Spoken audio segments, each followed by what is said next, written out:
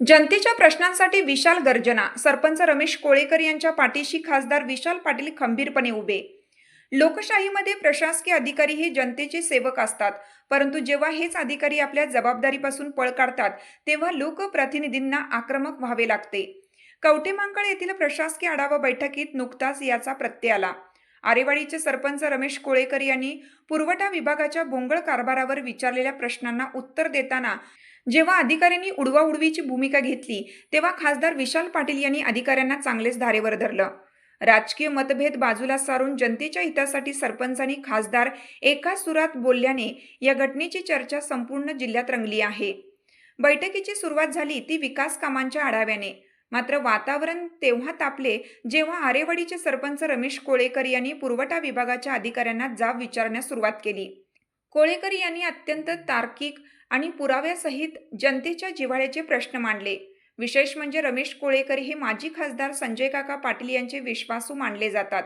तरीही त्यांनी उपस्थित केलेले प्रश्न हे केवळ एका गाण्याचे नसून संपूर्ण तालुक्यातील सर्वसामान्यांचे प्रतिनिधित्व करणारे होते. मात्र समोर बसलेल्या अधिकाऱ्यांनी या प्रश्नांना गांभीर्याने न घेता उद्धटपणे उत्तर देण्याचा प्रयत्न केला. अधिकाऱ्यांचा हा बेजबाबदारपणा पाहून उपस्थित लोकप्रतिनिधींमध्ये अस्वस्थता पसरली. आपल्या मतदारसंघातील एका सरपंचाचा आणि पर्यायाने जनतेच्या प्रश्नांचा अपमान होत असल्याचे पाहून खासदार विशाल पाटील यांचा संयम सुटला. त्यांनी तात्काळ हस्तक्षेप करत अधिकाऱ्यांची कानउघडणी केली. जनतेच्या प्रश्नांवर उत्तरे देताना ही कसली चालढकल? जर लोकप्रतिनिधींना सन्मानाने आणि समाधानकारक उत्तरे मिळणार नसतील तर जनतेचे प्रश्न सुटणार कसे? अशा शब्दात विशालदादांनी अधिकाऱ्यांना सुनावले. एका बाजूला आरेवाडीच्या सरपंचांची आपल्या भूमिकेवर असलेली ठाम श्रद्धा आणि दुसरीकडे त्यांना मिळणारा खासदारांचा खंबीर पाठिंबा, यामुळे अधिकाऱ्यांची पुरती बोलती बंद झाली. या प्रसंगामुळे सांगलीच्या राजकारणातील एक सुसंस्कृत चेहरा समोर आला आहे. राजकारणात गट तट आणि पक्षीय निष्ठा असल्या तरी जेव्हा प्रश्न सामान्यांच्या हक्काचा येतो तेव्हा लोकप्रतिनिधींनी कसे एकजूट व्हायला हवे याचा एक आदर्श वस्तुपाठ ठरला. रमेश कोळेकर यांनी दिलेली डरकाळी आणि त्याला खासदार विशाल पाटील यांनी दिलेला प्रतिसाद, यामुळे प्रशासकीय यंत्रणेला एक स्पष्ट संदेश गेला की आता सामान्यांची अडवणूक खपवून घेतली जाणार नाही. प्रशासकीय अनागोंदीला लोकप्रतिनिधींचा असाच दणका मिळणार हेच या निमित्ताने स्पष्ट झालं असून जिल्ह्याच्या राजकीय वर्तुळात या विशाल ऐक्याचे स्वागत होत आहे. आपल्या परिसरातील बातम्या पाहण्यासाठी व कवठेमहांकाळ तालुक्यातील प्रत्येक सत्य घटना जाणून घेण्यासाठी आपल्या LV न्यूज चॅनलला सबस्क्राईब करा. LV न्यूज चॅनलसाठी मुख्य संपादक विलास उत्तम लोखंडे. मी जर तहसीलला विचारलं त्यांच्याकडे नाही आणि हे तहसील हे धोरण हे वारसा असं दाखवून वारसा केला यांनी आता. आणि ह्याच्या पुढे त्यांनी एका आर्मीच्या मधल्या माणसाचं जे त्यांचं मला त्याला नाव माहित आहे पण त्यांचं जे ऑफिशियल रेकॉर्ड असतं त्या रेकॉर्डचं झेरॉक्स मारून त्याच्यावरती पेन नाव लिहिले दुसऱ्या व्यक्तीचं आणि तो वारस डिक्लेअर केलाय.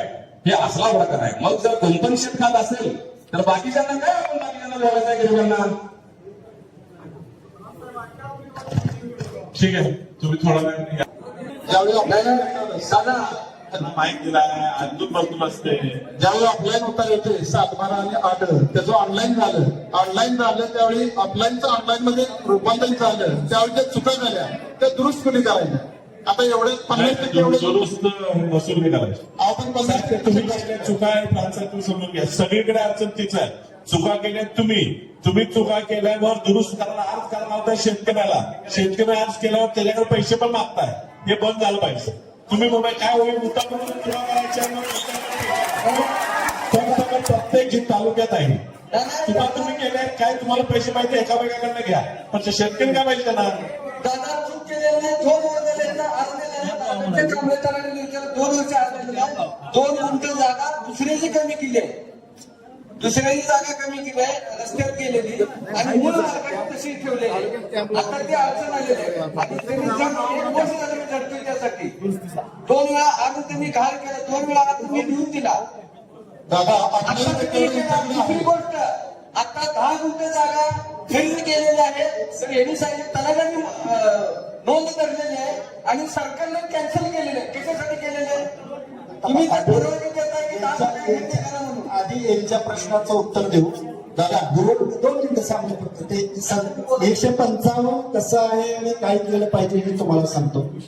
2016 पूर्वी आपलं जे क्षेत्र होतं, प्रत्येक शेतकऱ्याचं समजा एका सातबाऱ्यावर 10-12 खातेदार असलं तर त्यावेळेला सदरचं क्षेत्र हे आणेवारीमध्ये होतं.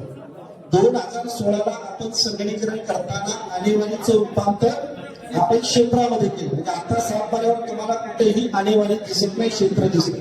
हस्तलिखित सातबाऱ्यावर यदा कदाचित पूर्वीच्या तलाट्याची आणेवारी लिहिताना चुकली असेल किंवा तलाट्याने कन्व्हर्जन करताना आणेवारी चुकली असेल तर त्यामुळं आताचं क्षेत्र जे तुमच्या समोर आलं ते चुकीच्या पद्धतीने आलेलं आहे. परंतु ह्याच्यामध्ये हस्तलिखित सातबाराप्रमाणे संगणकीकृत सातबारा ठेवण्याची जबाबदारी ही तलाट्याची आहे आणि ते सगळं दुरुस्त तलाट्याने करायचंय. त्याची परिशिष्ट तलाट्याने ए आणि बी तयार करून द्यायचे आणि अशा आपण भरपूर 2016 ते 2020 पर्यंत भरपूर आपण अशा दुरुस्त्या केलेल्या आहेत. परंतु यदा कदाचित एखाद्या प्रकरणामध्ये तलाट्याला ती जर झालेली चूक समजत नसेल तर ती तुमच्याकडून मागचे पुरावे घ्यायचे. म्हणजे तुम्ही क्षेत्र खरेदी किती घेतलं, काय केलं, तुमची आणेवारी किती आहे हे तपासायचं आहे. म्हणून ते तुम्हाला कागदपत्र मागतात आणि किंवा मग त्याला तहसीलदारांनी त्याच्यामध्ये सुनावणी घ्यायची सातबाऱ्यावर सगळ्या लोकांची आणि प्रत्येकाच्या क्षेत्राबाबतचा पुरावा तपासायचा आहे आणि त्याप्रमाणे क्षेत्रात दुरुस्ती करायची.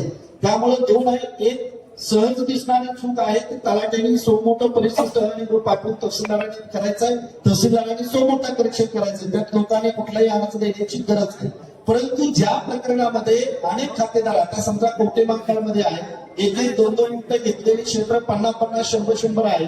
जिथं क्षेत्राचा मेळ लागत नाही तिथं मग प्रत्येक खातेदाराला नोटीस देऊन त्याच्या मालकी हक्काचा पुरावा तहसीलदाराने तपासून आदेश पारित करायचा. तर ही 155 ची प्रोसिजर आहे. आता तुमची चूक कशी आहे त्याच्यावर आहे आणि चुकीमध्ये जी मी सांगितलेल्या चुकीमध्ये आहे ती तहसीलदाराकडेच अर्ज करा, तलाट्याकडे देऊच नका. कारण ते तहसीलदाराची जबाबदारी काढणं, तपासून घेणं आणि त्याच्यात आवश्यक असेल तर सुनावणी घेणं आणि निर्णय घेणं. आणि ज्याच्यामध्ये क्लिअर कट तलाट्यांच्या पण दिसतंय की प्रायमरी चूक आहे, हस्तलिखित प्रमाणे संगणकीकृत दिसत नाही, त्याच्यामध्ये लोकांनी कोणी अर्ज द्यायची गरजच नाही. तलाट्यांनीच तयार करायचं पाठवायचं आहे. तर असं कोणाचं स्पेसिफिक मला सांगा 15 माणसांची प्रॉपर्टी माझ्या नावावरती ऑनलाईनला. ती अशी अवस्था आहे. झाला दुरुस्त करायचं म्हणलं 155 खाली तुमच्याकडे जायचं, त्या माणसाने अर्ज करायचा, परत त्याच्या मागे व्या दुरुस्ती ऑनलाईनचं ऑफलाईन तुम्हीच केलं. ते काय शेतकऱ्यांना विश्वासात घेऊन केलं नाही, तुम्हीच केलं त्यावेळी. ते ऑफलाईन मध्ये भयंकर चुका होत्या. संगणकीकृत झालं हे चांगलं झालं, ठीक आहे, थोडा त्रास झाला पण संगणकीकरणामुळे सगळं व्यवस्थित झालं. त्या आणेवारी कुणाला आजपर्यंत आपल्याला कळलं नाही. साहेब कॅम्प लावून दुरुस्त करून घेतलं तर बरं होईल. कॅम्प लावून दुरुस्त करून घेतलं तर बरं होईल. विनोद गोष्टी म्हणून आपल्याकडे मशीन ऑपरेटर आहे सर. आणि ते बोलणारा कोण राहते दुसरे तांबोळी. तांबोळी म्हणून हे सर कोणी कार्यरत सध्या. साहेब एक उदाहरण सांगा, 1 महिन्यात तुम्ही कार्ड दिली ती कुणाला एक नाव सांगा, राहू दे. आहेत सर आमच्याकडे मी स्वतः माझं राशन कार्ड हरवलं होतं, 7 महिने तुमच्याकडे हरवल्यामधून तुम्ही सरळ मोठं बोलता एवढ्या वर्षात. खरं बोला हरवण्यासाठी सर तुम्हाला सगळी कागदपत्र पूर्तता केली 7 महिने हेल्पटा मी स्वतः माझ्या कार्डसाठी आणि 1 महिन्यात काय करताय तुम्ही? तुम्ही अर्ज बोलता असताना जर खोटं बोलला नाही, एवढ्या दिवसानं दिशाभूल करताय तुम्ही. तुम्ही अर्ज केला असेल, जे कार्ड झालं त्यांचं ऑनलाईन नाही, ऑनलाईन नंबरच नाही त्याला. तुम्ही अर्ज केला असेल सर तर त्याची पोस्ट दाखवा, आपण ते प्रकरण सांगू शकतो. मी प्रलंबित स्वतः ऑनलाईन केले, कुणाकडे केलं ते पण सांगतो. तुमचं ते प्रायव्हेट माणूस एक असतो कोण मला माहित नाही नाव त्यांचं, त्याने मला कुठलाही complete साथ help केलं होतं. मला 1 महिन्याच्या पुढे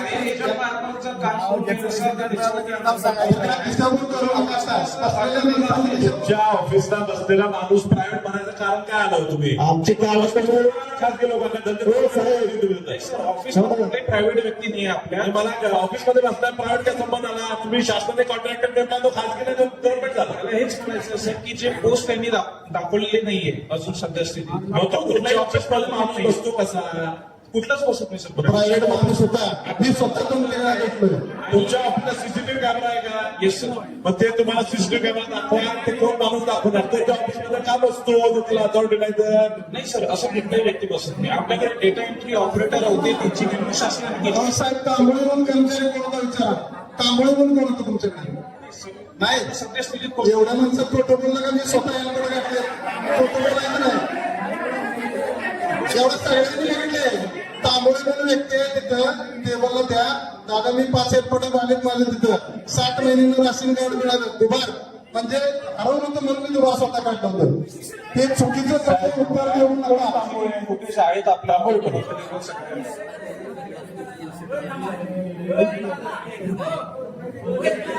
हा बोला कंट्रोल कुणाचं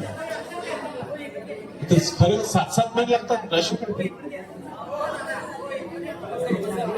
रेकॉर्डच घेतच नाही ना ऍप्लिकेशन रेकॉर्ड देत होतं बघा किती महिने गावचा लोकप्रतिनिधी प्रथम नागरिक तक्रार करतोय 7 वेळा येऊन जाऊन म्हणतोय त्याची दखल घेत नाही तुम्ही स्टेजवर जायचं बघून असं सर ते पेंडिंग प्रकारे कुठलं आहे ते तुम्ही दाखवता आपण त्याच्यावर भाषण बोलू शकेल आणि मला सांगा तो हिंगणगावचा आमच्या जवळचा कर्मचारी तो तांबोळी तुमच्या कामाला नाही असणार काय नपाट बोलायला लागलाय तांबोळी म्हणून सध्या आपल्या ऑफिसला कोणी कार्यरत नाही मला कळतं का काय माझ्या अगोदर जर कोणी कार्यरत असेल आम्ही बघतो का आम्हाला पण लग्न विचारवायचं काय चाललंय तुमचा गैरसमज होतोय सर आमचा समज नाही गैरसमज नाही चांगला समज आहे याला तर काय बोलायला लागलाय आपण सर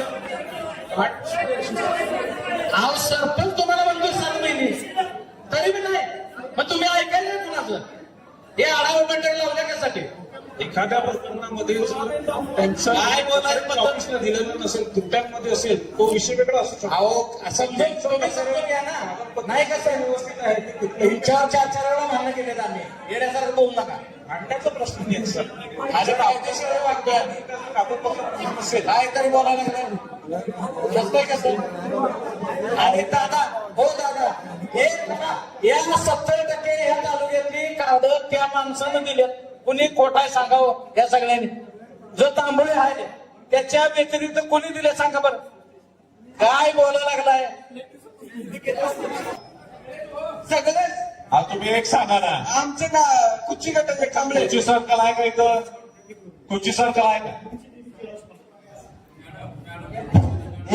यांचा कॉमन ह्याच्यावर एक सूचना सगळ्यांना म्हणजे सांगतो माहितीसाठी शासनाने ते 2023 मध्ये तुकडेबंदी कायद्यामध्ये सुधारणा केली त्याच्यामध्ये 10 आणि 20 गुंठ अशी सुधारणा केलेली आहे 10 गुंठ बागायती क्षेत्र असलं पाहिजे आणि जिरायती क्षेत्र 20 गुंठ असेल काही वेळेला आपल्याकडे खरेदी खत लिहिताना बागायती लिहिता तुम्ही सगळं मूल्यांकन बागायती लिहिता आणि त्याला जो 7-12 जोडता त्याच्यावर तुम्हीच केलेली पीक पाणी जिरायत असते आलं लक्षात तर ह्या भूमी तपासून घ्या तसं जर पीक पाणी जिरायत असेल तर ती नोंद धरली जाणार नाही कारण तुम्ही बागायतीहून पैसे भरता ते क्षेत्र बागायती असलं पाहिजे ऐका 2 मिनिटं आणि पीक पाणी तर तुम्हीच करताय आता शेतकऱ्यांनी स्वतःची पीक पाणी स्वतः करायचे तुम्हाला व्यवहार करायचा तर तुम्ही बागायती पिकं लावा नाही ना बागायत पिकं नाही मग क्षेत्र बागायत नाही म्हणून तुम्ही खरेदी नोंद घेतली का खरेदीचे पैसे घेतले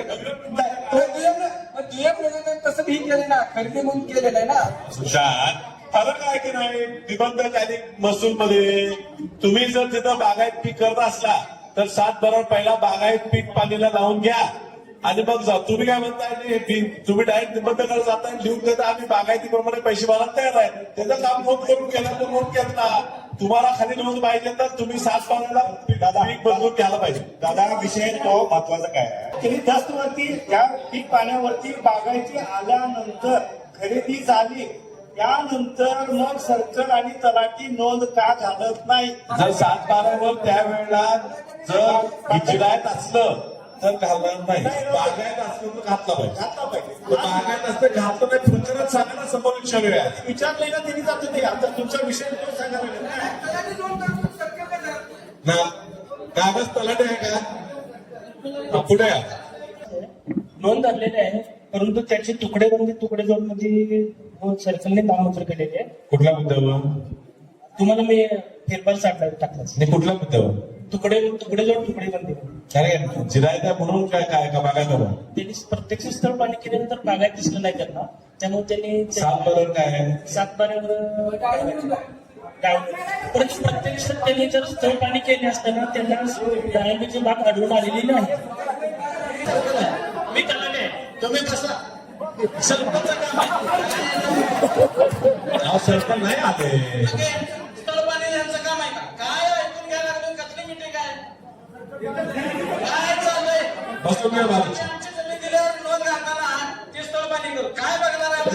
निर्णय देतात. आणि मला सांगा डाळिंबाची बाग 10 वर्ष पिकवून काढली मोकळी दिसते रान ते म्हणजे बागायत नाही. अरे त्याचा कसे लागले बागायत तुम्ही बाकी बागायचं काय कारण आहे? दुसऱ्याशी वापरून बोललो विषय. दादा याच्यामध्ये प्रश्न आता राहिला. मला सांगा सर्कलनं नोंद रद्द केली आणि तुम्ही ती मंजूर करताय म्हणजे सर्कल का करत नाही? सर्कल हा नाही का कर आहे थांबावं ऐका. नाही, नाही. तुम्ही आबा प्रांत साहेब ऐका तुम्ही नोंद मंजूर करताय आणि तो करत करतो हा प्रश्न आहे. आणि तुम्ही सर्क्युलर जाहीर द्या. बागायत 7 असलं आणि 10-20 मध्ये फरक असला तर स्वतः स्थळ पाणी करायचं कुठल्या नियमात आहे? आणि दादा दुसरा आहे का ऑनलाईन कळत नाही. ऑनलाईन का होत नाही खरेदी विक्री तो महत्वाचा विषय आहे. ऑनलाईन दिलेले आहेत आता ऑनलाईन व्हायला पाहिजे ना नोंदी. ऑनलाईन का होत नाही? नसेल तर ते ऑनलाईन पद्धतच बंद करून टाका ना. ऑनलाईन होत नाही अशी कुणाला तक्रार आहे? काय होतं? काय झालं?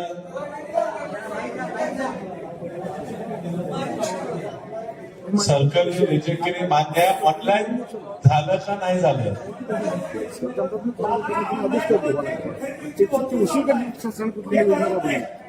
दस ऑनलाईन होत नाही.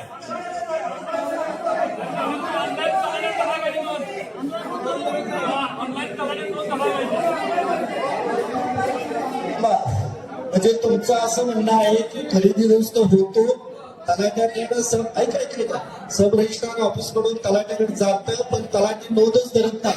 आणि ऐका दोन काय करत नाही.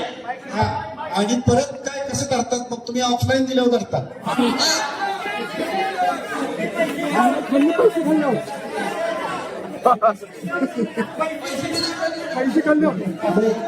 एक लक्षात घ्या किंवा असं जर कुठला तलाठी करत असेल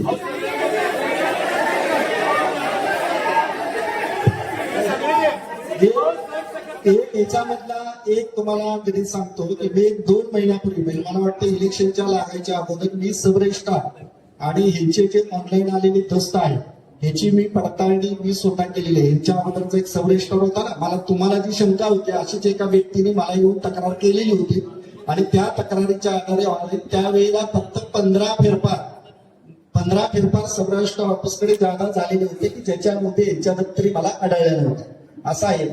जर असं आता सगळेच करतात असं सगळेच करतील असं बी नाही पण जर स्पेसिफिकली असा कोण तलाठी करत असेल तर ते चूक आहे त्याच्यावर कारवाई 100% केली जाणार आहे. आणि तसं मला कोणीतरी सांगा म्हणजे कुठल्या तलाठ्याची वगैरे असेल तर कारवाई केली.